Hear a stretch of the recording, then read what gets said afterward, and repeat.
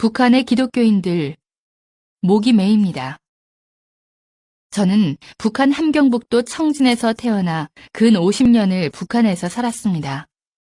그러다가 주님의 은총으로 96년 아들을 데리고 남한으로 올 수 있었습니다. 저는 북한에서 태어나 북한에서 성장했기 때문에 하나님을 모르고 살았습니다. 제가 영문도 모른 채 지하 감옥에서 모진 고문과 사형 선고까지 받고 사형 집행날 극적으로 사형을 취소한다는 통지와 함께 정치범 수용소로 보내졌을 때 수용소 안에서 겪은 북한 신자들의 모습입니다. 저는 김일성대학 경제학부를 졸업했기 때문에 정치범 수용소에서 죄수의 신분으로 유일하게 6천여 명이 수용된 그곳의 모든 사람들에게 일을 시킬 수 있는 생산지휘와 모든 재정 업무를 맡아서 하게 되었습니다. 그 때문에 저는 많은 사람들이 일하는 작업장들을 이곳저곳 마음대로 갈 수 있었습니다. 어느 날 저를 담당하고 있던 재정부장 교도관이 저를 불러놓고는 단단히 교육을 시켰습니다. 너는 오늘부터 매일 어떤 공장으로 나가야 하는데 그 공장에는 미친 정신병자 놈들만 모여있다. 그 미친 정신병자 놈들은 당과 수령님을 믿지 않고 하늘을 믿는 미친 자들이니 너는 정신을 바짝 차리고 그곳에 가야 된다. 그리고 그 미친 자들하고는 절대 눈길 한번 마주치지 말아라. 그렇지 않고 네가 그 자들이 믿는 하늘을 믿게 되면 네 목숨은 여기서 끝나게 될 것이다. 그런데 거기 가서 그 사람들을 보는 순간 나는 너무 놀랐습니다. 그들은 사람의 무리 같지 않았습니다. 1500도 이상 시뻘겋게 타오르는 용광로의 고열 노동 작업장이었는데 그곳에서 많은 사람들이 움직이는 걸 보았을 때 무슨 짐승의 무리 같기도 하고 외계인 같기도 하고 도무지 사람의 모습을 찾아볼래야 찾아볼 수가 없었습니다. 머리에 머리카락이 붙어있는 사람은 하나도 없었고 얼굴은 해골 같고 이빨이 하나도 없었습니다. 키가 다 줄어들어서 120cm, 30cm 이렇게 땅에 딱 붙은 난쟁이들만 움직였습니다. 나는 가까이 가서 그들을 보았습니다. 전 너무나 놀랐습니다. 잡혀올 때는 정상인들이 잡혀왔는데 거기 와서 하루 16시간, 18시간씩 먹지도 못하고 그 고열 노동 속에서 일을 하다 보니 그 사람들은 척추가 녹아내려서 뒷잔등에 혹이 되어 있었고 몸이 다 휘어져서 앞가슴하고 배가 마주 붙어 있었습니다. 그 사람들은 한결같이 모두 그렇게 육체가 망가져 기형이 되어 있었습니다. 아마 프레스로 찍어도 한 판에 그렇게 똑같은 모습으로 찍기는 힘들 거라고 생각합니다. 그 사람들이 일하는 작업장에는 교도관들이 수시로 드나들었는데 교도관들은 말로 일을 시키지 않았습니다. 소가죽 채찍을 윙윙 휘두르고 다니면서 묵묵히 일하는 사람들을 사정없이 내리쳤습니다. 예수를 믿는 그 사람들의 몸에는 옷이 입혀져 있지 않습니다. 저는 처음에 멀리서 그 사람들을 보았을 때 모두 다 검은 옷을 입고 있는가 했습니다. 그런데 가까이 다가가서 찬찬히 보니 그 사람들은 맨 살가죽에다 앞에 시커먼 고무 앞치마 하나만 걸치고 있었습니다. 용광로의 뜨거운 불꽃이 앙상하게 말라붙은 살가죽에 튀고 또 튀어 딱지가 않고 그 자리에 쇳물이 또 떨어지고 타버리고 해서 그 사람들의 피부는 한 곳도 성한 곳이 없었고 마치 짐승의 가죽과 같았습니다. 어느 날 저는 그곳에서 정말 말로 전하기 힘든 너무나 끔찍하고 참혹한 광경을 목격하게 되었습니다. 어느 날 오후 제가 공장 문을 열고 들어섰는데 공장 안이 쥐죽은 듯 고요했습니다. 작업장 한가운데 수백 명의 그 죄수 아닌 죄수를 모아놓고 담당 교도관 2명이 눈에 핏발을 세우고 미친 듯이 고함을 치며 날뛰고 있었습니다. 저는 너무나 무서워서 문 옆 한쪽에 비켜 서 있었습니다. 교도관들은 수령님을 믿지 않고 하늘을 믿는 미친 정신병자 놈들이라고 소리소리 지르며 그 사람들을 차고 때리고 하면서 인간 이하의 취급을 하고 있었습니다. 교도관들은 너희들 가운데서 단 한 사람이라도 좋으니 대열 앞에 나서라. 하늘을 믿지 않고 수령님을 믿겠다고 하면 자유 세상으로 내보내서 잘 살 수 있게 만들어주겠다라고 하면서 그 사람들을 윽박지르며 하늘을 거부하라고 그렇게 채찍으로 때리고 발로 차고 했습니다. 그런데 너무나도 이상했습니다. 수백 명의 그 사람들은 왜 그런지 아무 대답도 없이 그렇게 매를 맞으면서도 침묵으로 맞섰습니다. 저는 너무나 무서워서 빨리 한 사람이라도 나서야 되는데 그래야 오늘 누가 맞아 죽지 않을 텐데 왜 계속 저렇게 입을 다물고 있나. 저러고 있으면 또 누구를 끌어내다가 밟아 죽일지 모르는데 빨리 한 사람이라도 나서야 되지 않겠는가. 그렇게 마음속으로 다급하게 생각하며 문 옆에 서서 무서움과 공포 속에서 떨고 있는데 예수를 믿는 그 사람들은 계속 침묵으로 대응했습니다. 그때 독이 오른 교도관이 그 사람들에게 달려가서 닥치는 대로 아무나 8명을 끌어내다가 땅바닥에 엎어놓았습니다. 그리고는 구둣발로 내리밟고 짓이겼습니다.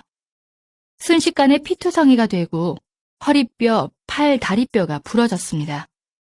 그 사람들은 고통 중에서도 몸을 뒤틀면서 짓밟힐 때마다 신음소리를 냈는데 그 신음소리가 너무나도 이상하게 들렸습니다. 저는 그때 주님이 누군지 하나님이 누군지도 전혀 몰랐습니다. 뒤에 알고 보니 그 사람들이 구둣발로 짓밟혀 뼈가 부러지고 머리통이 부서져 나가면서 신음소리처럼 애타게 불렀던 것은 바로 주님의 이름이었던 것입니다. 저는 그 사람들이 당했던 고통의 10,000,000분의 1도 제대로 여러분에게 전해줄 수가 없습니다. 미쳐 날뛰던 교도관 2명은 수령님과 당을 믿는 우리가 사는가 아니면 하나님을 믿는 너희가 사는가 보자면서 달려가더니 용광로에 펄펄 끓는 쇳물통을 끌어왔습니다. 그리고는 그 쇳물을 피투성이가 된 그 신자들 위에 부었습니다. 그 사람들은 순식간에 살이 녹고 뼈가 타면서 숯덩이가 되어버렸습니다. 저는 난생 처음으로 내 눈앞에서 사람이 숯덩이로 변해가는 것을 보았습니다. 얼마나 그 충격이 컸던지, 그곳을 어떻게 뛰어나왔는지 기억에도 없습니다. 그리고 얼마 동안 도무지 눈을 감을 수가 없었습니다. 그 정신적 충격으로 눈만 감으면 눈앞에 숯덩이가 된 사람이 어른거려서 도무지 눈을 감을 수 없고 잠도 제대로 잘 수가 없었고 일도 제대로 할 수가 없었으며 큰 소리로 비명을 지르고 정신이 들어갔다 나갔다 했습니다. 저는 그 일을 목격하기 전까지는 그래도 마음 한구석에 실오라기만큼이라도 수령님과 당에 대해서 믿고 있었습니다. 그러나 저는 그때 깨달았습니다. 무엇을 믿어야 하는가를 말입니다. 인간은 주님을 꽉 잡아야 된다는 것을 저는 그때 뼈저리게 깨달았습니다. 저는 그때부터 다시 우리 어머니가 평생을 하늘에 기도했다는 그 하늘을 찾기 시작했습니다. 저는 너무나도 간절하게 하늘을 찾았습니다. 저 사람들이 저렇게 불에 타 죽으면서까지도 저렇게 거부하지 않고 저렇게 믿는 하늘이 진짜로 그 하늘이 어디에 계시다면 나를 좀 살려달라고. 그리고 저렇게 무서운 짓을 하는 저자들에게 하늘에서 정말 벌을 내려줘야 되지 않겠느냐고. 그렇게 마음속으로 부르짖으며 자나깨나 꿈속에서도 하늘을 찾고 또 찾고 기원했습니다.